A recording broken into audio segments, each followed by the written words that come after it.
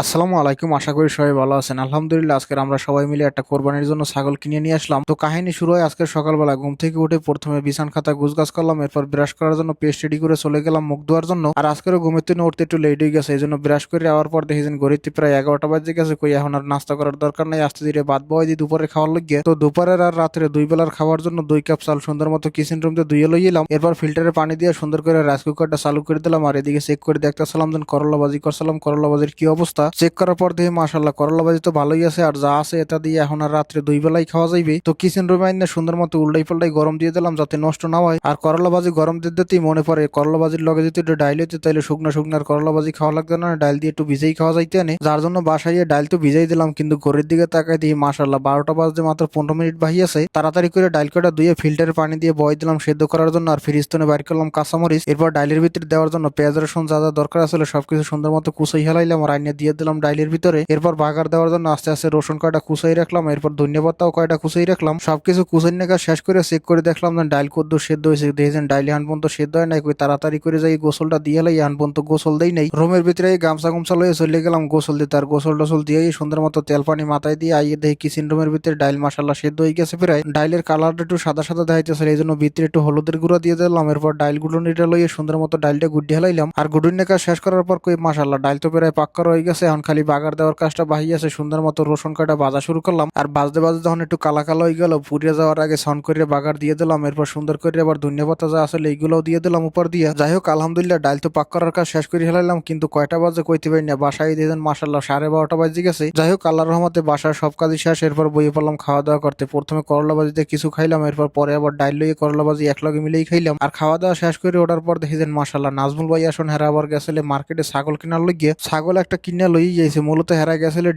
ডিউটিতে আওয়ার সময় মার্কেট দিয়ে ছাগল কিনে লইয়েছে একলগেই। এই ছাগলটা মূলত একজনে কিনে নাই, আমরা এই জায়গায় সবাই বাগাছি প্রায় 24-25 জনের মতো। এটার কোরবানি কইলে মূলত ভুল হইবে, কারণ আমরা এই জায়গায় 25 জন বাগাছি একটা ছাগল। এটা কোরবানি না, মূলত এটা আনন্দ করার জন্য আনছি। যাই হোক ছাগলটা আনছে রোদের ভিতরে একদম হাফাই গেছে, এই জন্য নাজমুল ভাই আবার সুন্দর করে গোসল দিয়ে দিতে আসলে। আর এইদিকে আমার ডিউটি যাওয়ার সময় হয়ে গেছে, তাড়াতাড়ি করে ড্রেস পরে রেডি হইলাম। আর বাইরের তাপমাত্রা দেখে তো অবস্থা খারাপ, মোবাইলের ভিতরে দেখতেছিলাম তাপমাত্রা হয়েছে 44 ডিগ্রি আর রিয়েল ফিল হয়েছে 46 ডিগ্রি। যাই হোক ডিউটি তো আর মার দেওয়া যাবে না, আজকে লাস্ট ডিউটি। কালকের থেকে আবার ঈদের ছুটি, ডিউটির জন্য রেডি হয়ে সোজা চলে এলাম ডিউটিতে। আইয়ে বয় দিলাম চা খাওয়ার জন্য পানি, এরপর ফ্লাক্স করা সুন্দর করে ধুইয়ে হেল দিয়ে দিলাম গাওয়ার জন্য গাওয়ার ফ্লাক্সের ভিতরে। যাই হোক এদিকে এইগুলা গুছগাছ করে রাখার পর দেখেছেন গাওয়ার পানিও রেডি হয়ে গেছে, ভিতরে গাওয়া দিয়ে দিলাম আর টাইমার লাগাই দিলাম। যাই হোক আজকের চা গাওয়া রেডি করে দিয়ে অন্য কোনো কাজ কামার করলাম না। রাত্রির 10টার দিকে ডিউটি শেষ করে চলে এলাম বাসায়। আওয়ার সময় আবার নিচে গুনতে বাকালাত দিয়ে 1 বোতল খাবার পানি কিনে লই এলাম, কারণ 2 দিন তোমার ফিল্টারের পানি খাইতেছি। আর বাসায় আত্মুখ দিয়ে ডাইরেক্ট বই পড়লাম খাওয়া দাওয়া করতে, করলা ভাজি আর ডাইল দিয়া।